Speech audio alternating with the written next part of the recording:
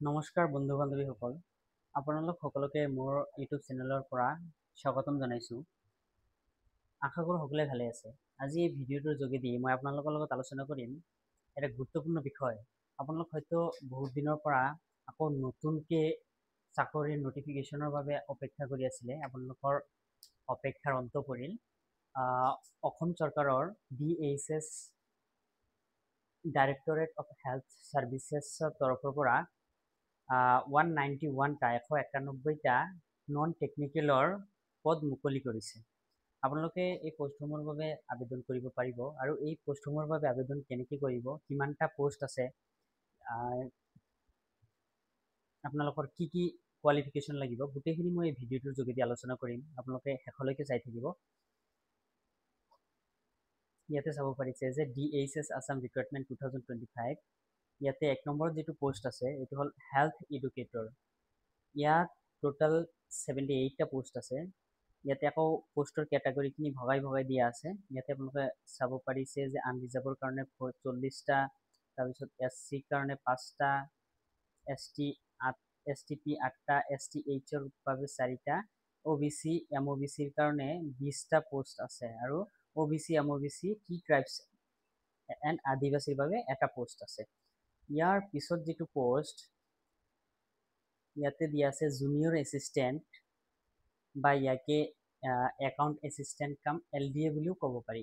ইয়াতে total 72টা post আছে। ইয়াৰ ভিতৰত আনৰিজাৰ্ভত আছে, অপেন কেটাগৰীত আছে 36টা, SCৰ বাবে 6টা, STPৰ বাবে 7টা, ST হিলছৰ বাবে 4টা, OBC MOBCৰ বাবে 18টা, OBC MOBC টি ট্ৰাইবছ বা আদিবাসীৰ বাবে এটা পোষ্ট আছে। তাৰ পিছত যিটো পোষ্ট আছে ইয়াত হ'ল বেচিক হেল্থ ৱৰ্কাৰ BHW।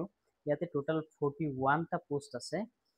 তাৰ পিছত ইয়াতে আপোনালোকৰ বাবে আনৰিজাৰ্ভৰ বাবে দিয়া আছে 21টা পোষ্ট, SCৰ বাবে 3টা, STPৰ বাবে 4টা, STHৰ বাবে 2টা, OBC MOBCৰ বাবে 11টা, তাৰপিছত OBC MOBC টি ট্ৰাইবছ বা আদিবাসীৰ বাবে ইয়াত কোনো ধৰণৰ পোষ্ট দিয়া হোৱা নাই।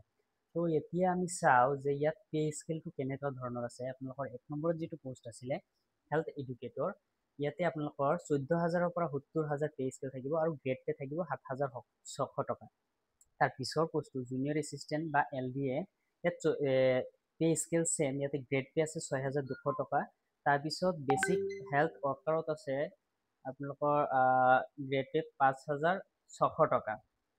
তাৰপিছত যদি ইলিজিবিলিটি ক্ৰাইটেৰিয়াখিনি চাবলৈ যাওঁ, ইয়াতে দিয়া আছে আপোনালোকৰ এজ লিমিট 18 বছৰৰ পৰা 40 বছৰ বয়স হ'ব লাগিব 1 জানুৱাৰী 2025 মতে। তাৰপিছত এজ ৰিলেক্সেশ্যন দিয়া আছে। ইয়াতে OBC MOBCৰ বাবে 3 বছৰ, ST SCৰ বাবে 5 বছৰ, PWBDৰ বাবে 10 বছৰ এজ ৰিলেক্সেশ্যন দিয়া আছে। তাৰপিছত এডুকেশ্যনেল কোৱালিফিকেশ্যন যদি চাবলৈ যাওঁ, ইয়াতে দিয়া আছে যে আপোনালোকৰ গোটেইখিনি পোষ্টৰ বাবে এডুকেশ্যনেল কোৱালিফিকেশ্যন চেম হয়। ইয়াতে graduate in any discipline from government recognized university and applicant must possess minimum 6 month diploma in computer application। আপোনালোকে যিকোনো সায়েন্স আৰ্টছ কমাৰ্চ যিকোনো ঠাইৰ পৰা গ্ৰেজুৱেশ্যন হ'ব লাগিব। তাৰপিছত মিনিমাম 6 মান্থছৰ আপোনালোকৰ কম্পিউটাৰ থাকিব লাগিব। তাৰপিছত আপোনালোকে অসমৰ এমপ্লয়মেণ্ট এক্সচেঞ্জত নাম থাকিব লাগিব আৰু ইয়াতে কোনো ধৰণৰ এপ্লিকেশ্যন ফি দিব নালাগে। তাৰপিছত ইয়াতে আবেদন প্ৰক্ৰিয়া ষ্টাৰ্ট হ'ব 12 ছেপ্টেম্বৰৰ পৰা আৰু শেষ হ'ব 21 ছেপ্টেম্বৰ। তো বেছি সময় নাথাকিব, আপোনালোকে পলম নকৰি সোনকালে আবেদনখিনি প্ৰক্ৰিয়াখিনি সম্পূৰ্ণ কৰি ল'ব।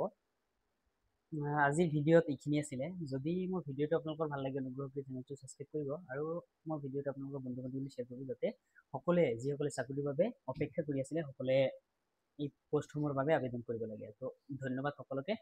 আজিৰ কাৰণে এইখিনিয়ে।